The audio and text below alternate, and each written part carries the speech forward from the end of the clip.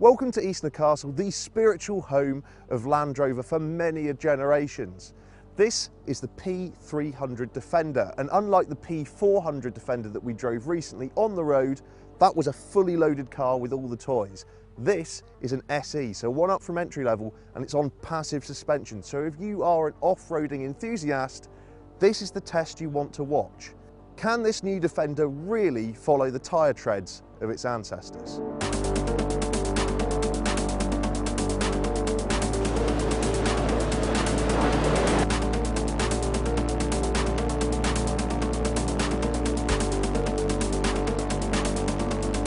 Now, Land Rover has been using the grounds at Eastnor Castle to develop its vehicles since the 1960s. And over the years, it's developed some very challenging surfaces, obviously, to create the latest and greatest of the Land Rover breed. Though what we're driving today is actually a series of trails that haven't been used for about a decade. They're very challenging, they're very overgrown, and there's been considerable amount of rain over the past day or so as well. So we'll really be testing out the wading depths of these Defenders. So here we are in a convoy of what could be described as, I suppose, more basic Land Rover Defenders. There is no air suspension in these vehicles. There's a few technology trinkets like the clear sight camera at the rear that we've discussed in the P400 review. But these are, I suppose, much more simplistic and to a degree hardier off-roading specifications. We've got the passive coil sprung suspension. But the big thing will be to find out whether this P300 really does cut the mustard whenever it comes to doing what Defenders traditionally do best, and that's tackling the rough stuff better than any other off-roading vehicle. Now, of course, true hardcore off-roaders wearing their flak jackets and pulling bits of mud out of their teeth for the rest of the evening will bemoan the fact that this vehicle is not manual. It's got an 8-speed automatic transmission connecting drive to all four wheels, and it does come with a myriad of tech to help out maybe those not so familiar, but it does have the mechanical equipment needed to tackle this terrain. And of course, being a shorter wheelbase 90, the more, I suppose, traditional form factor for a Defender, it's less likely to beach itself as well. And that wheelbase is some 435mm shorter. Now, these more lowly specified Defenders don't feature the full complement of terrain response to and all of its automatic settings, and the fact that, you know, it's the technology that enables a Range Rover to drive over just about anything without the driver needing very much knowledge at all. Whilst the systems are very good at working out what's going on, you have to manually select. So we're going into mud and ruts here just to give the traction control system a bit of an idea of what's going on beneath it. But obviously, one of the trade-offs of coil sprung suspension in this Defender is obviously we can't raise our ride height. We're at a fixed position, though that does mean there's less technology to get broken when we hit the rough stuff. Ultimately, it means we miss out on about 70mm of ground clearance, though you can fit an optional winch which should pull you out of most sticky situations.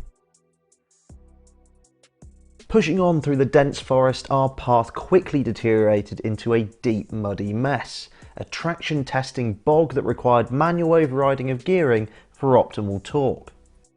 Faultlessly and without any signs of struggle, our Defender moved on. A series of slippery and steep inclines required the trusted off-road technique of soaring at the wheel to make use of the added grip from the sidewalls of the tyre.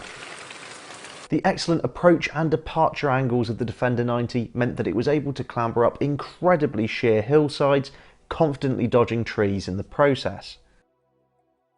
Now, there was a moment where the Defender needed to take a sharp 90-degree left turn while climbing a boggy hillside covered in multiple inches of soft mud. 3 attempts of adding more and more momentum saw my car round the corner, but mysteriously running out of puff immediately after, arresting its progress. Could it be that this Defender was defeated already?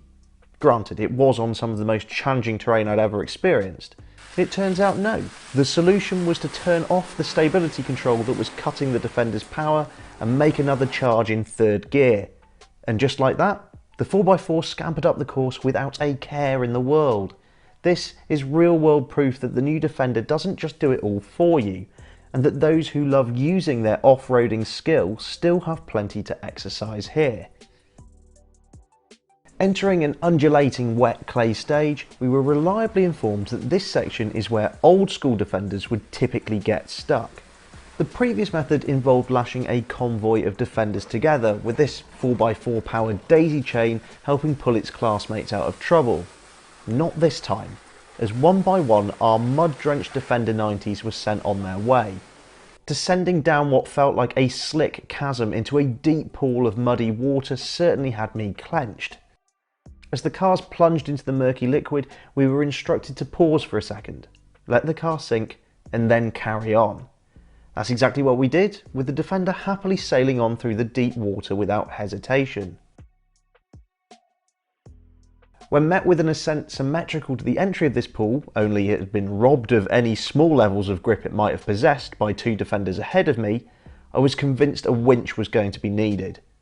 However, like an elephant climbing out of a river, the Defender made steady progress up and out of a potentially watery grave. It then did exactly the same again, only 6 times in a row, without fault.